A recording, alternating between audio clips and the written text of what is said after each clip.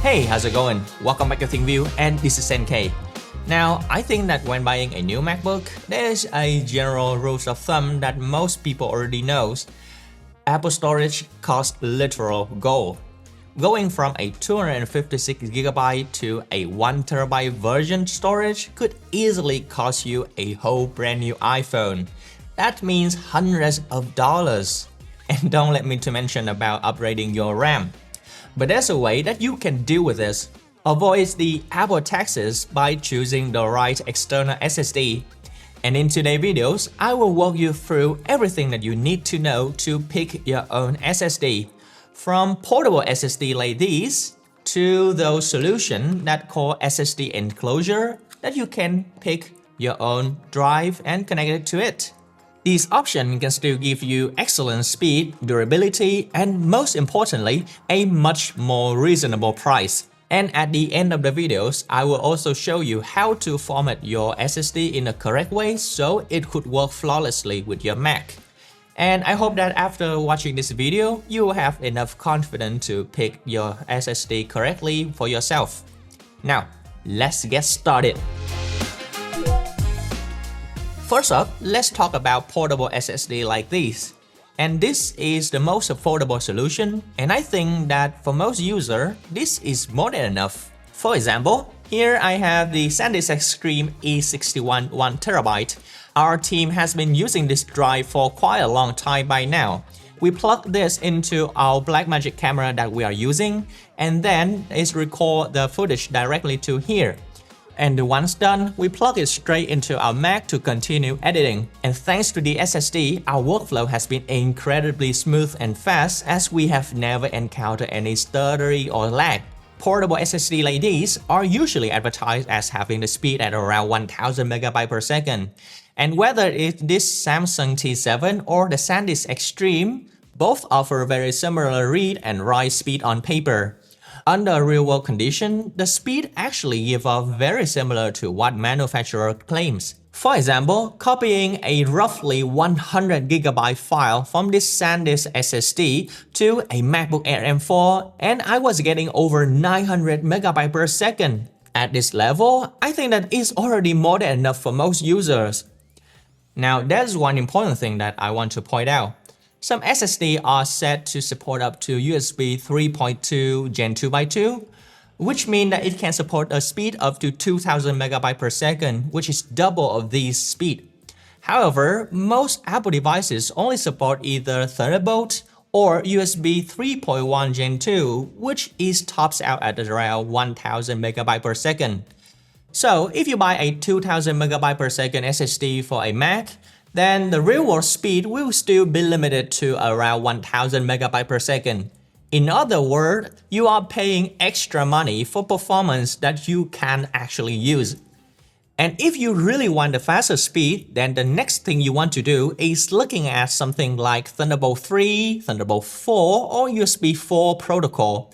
And here's a quick tip for you. If you already have an older SSD that only run at a speed of around 500 GB per second each, like we do right here, well then I highly recommend you to run them both at rate 0. In that way, the storages are combined into one drive and the speed can reach around 1000 MB per second. We literally tape them up like this and connect to our Mac and run it at a single drive. Now that's just a quick and fun tip for those who have older SSD like us. The next thing we're gonna talk about is high-speed SSD enclosure. Well, basically, these are 4 times the speed of those portable SSD that we mentioned before. Which means theoretically, they can reach up to the speed of 40 gigabits per second. Though in real-world usage, you should expect slightly lower numbers. There are 2 main ways that you can get yourself a high-speed external storage. The first way is of course buying an already made Thunderbolt SSD. But these tend to be very expensive, so I don't really recommend them. Instead, I would recommend you to buy something like an SSD enclosure with high-speed support. And then buy yourself another M.2 NVMe SSD drive so you can swap or install them with ease. The great thing about this type of SSD enclosure is its flexibility. Instead of buying multiple portable SSD like these, all you need to do is one SSD enclosure, and then you buy multiple type of NVMe drive so you can swap them or change them based on your needs. And you can even reuse the SSD drive that you already own. In the long run, this is a much more cost-effective solution. At ThinkView, we currently use 3 different SSD. The first one is SN5000, SN7100, and SN850X. With this setup, the storage is basically never a problem. Now, when it comes to choosing the enclosure itself, based on my experience, what matters most is the chipset itself, not the brand name. For example, for most Thunderbolt 3 enclosure, they typically using the JHL7440 chipset. As for Thunderbolt 4, enclosure uses the JHL8540 chipset. And finally, for the USB4 enclosure, often use the ASMedia ASM2464 PD chipset. The enclosure that I'm using right now doesn't even have a very well-known brand name, but it's currently using the ASMedia chipset that I mentioned earlier. Internal performance is very similar to those well-known brand enclosure that cost twice or even 3 times more.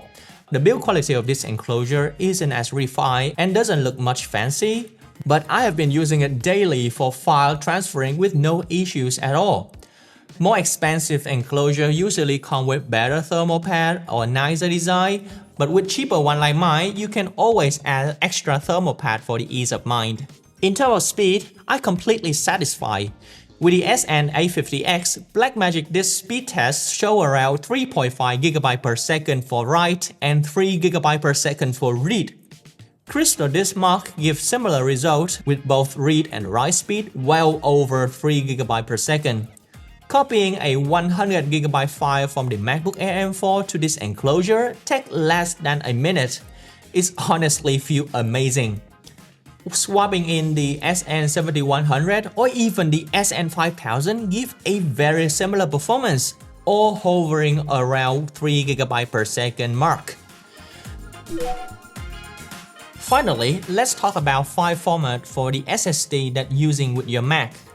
When you first install an M2 NVMe SSD into an enclosure and plug it into a MacBook or a Mac Mini, you will usually see a pop-up saying that this drive cannot be read.